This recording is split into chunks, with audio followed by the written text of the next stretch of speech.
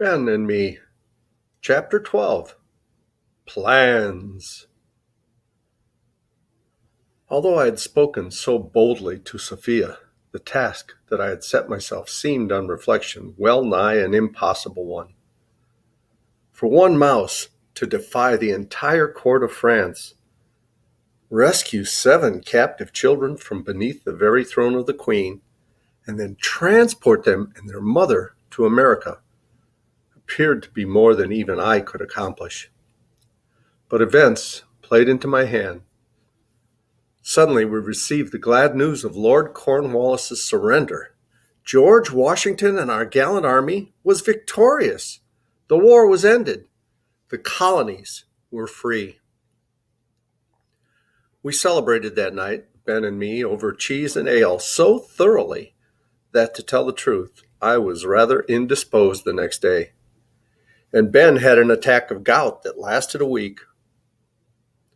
Of course, I was all eagerness to leave for home at once.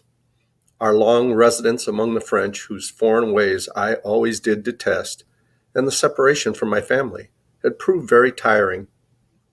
I had thirsted to fulfill my pledge to Sophia, now that my duty to General Washington was done, but Ben showed no inclination to depart. He was having such a good time being admired, dining out, and showing off at court that I could not get him even to consider our return to America. Every time I brought up the subject, he put me off with one excuse or another, usually accompanied by a maxim. He was really very irritating. But when the King and Queen of France announced that a great ball would be given in his honor on the 4th of July, he became positively unbearable. He fluttered about from one tailor to another as excitedly as a young belle preparing her trousseau. The house became infested with hairdressers and shirt makers. He even had his nails manicured.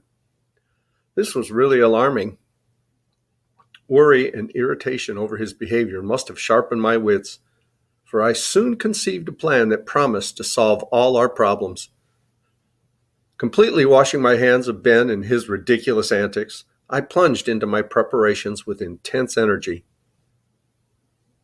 Calling together all the peasant mice of Passy, where we lived, I told them the story of Sophia's wrongs and revealed the details of my plan. With one voice, they promised their support. They were a rather stupid, timid lot, but being downtrodden and half-starved, they naturally hated the aristocrats of Versailles. Next, I visited several of the embassies where, in the courses of my spying activities, I had made many acquaintances. The Russian mice were wild, uncouth fellows, but terrible fighters and always ready for an affray. They answered my plea for aid with enthusiastic shouts. The Swedes were next, stalwart, steady, powerful warriors. I counted on them greatly and was overjoyed when, after soberly considering my speech, they promised their assistance. I also managed to enlist the services of a few Italian and Spanish mice, but knowing their erratic temperaments, did not count on them greatly. I placed my main reliance on the Swedes and Russians. How I longed for Red Jefferson! How invaluable his flaming speeches, his inspiring leadership would be at such a moment. My joy knew no bounds when Ben announced at dinner that Mr. Thomas Jefferson was arriving in Paris that night. Surely Red would be with him. Mr. Jefferson is to be America's first ambassador to France, said Ben rather sadly. And I suppose, will no longer be necessary here. I've been telling you that for several months, I replied. Perhaps Mr. Jefferson can convince you of it. Never mind, Ben, I went on, for he looked pretty hurt. Think of the 4th of July ball. You'll be the center of attention there, certainly. He cheered up then and resumed his foppish preparations, leaving me free to continue my own arrangements. Surely enough, Red arrived the night with Mr. Jefferson. Fiery and rebellious as ever, he fell in with my plan at once. He fairly boiled with rage, when I recounted the tale of Sophia's wrongs at the hands of the palace crew. Patricians, he snorted. Aristocrats, oppressors, despots, vultures. Liberty and justice, Amos. Tell me your plans. When do we strike? Together, we went over every detail of my preparations. Red approved of all that I had done and had several excellent suggestions of his own. Our forces, Amos, he said, are weak for such an undertaking. The white mice of Versailles are known to number many hundreds, perhaps thousands. Pampered fops though they are, there are many skilled swordmen among them. Your Russians and Swedes are good, but few in number. The peasant mice of Passy are uncertain, prone to panic. What I would not give for a handful of good, true blue Yankees. A really brilliant thought struck me. John Paul Jones, I shouted. His fleet is at port in Lorient. His shipwrights are the greatest fighters in the world. One of his lieutenants is in Paris now and returns to Lorient tonight. I shall send a plea for assistance in his cocked hat. They will not fail us. Splendid, Amos, exclaimed Red. Splendid! I also have had a thought. The downtrodden slum mice and sewer rats of Paris are ripe for revolution.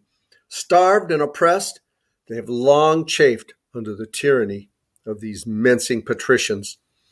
All that they lack is a leader. I will be that leader. Liberty forever! His red fur bristling with energy, he dashed off into the night, while I busied myself with the message to the shiprats of John Paul Jones. Ben came in before I had finished and began to preen himself before the mirror. A delightful evening, Amos, delightful. You really should have been along. Charming people, witty conversation. By Dr. Franklin, I suppose, said I. My new waistcoat was greatly admired, he went on. Don't bother me, I snapped testily. I have no time for mincing popinjays. I'm busy. Busy? He asked. Why, Amos? This is the time of peace, the time to cultivate the finer things of life. The war is over. That's what you think, I said. Good night, and horrid nightmares. And we'll read chapter 13 next time. Till then, as Tigger says, ta-ta for now. Love you guys. Bye-bye.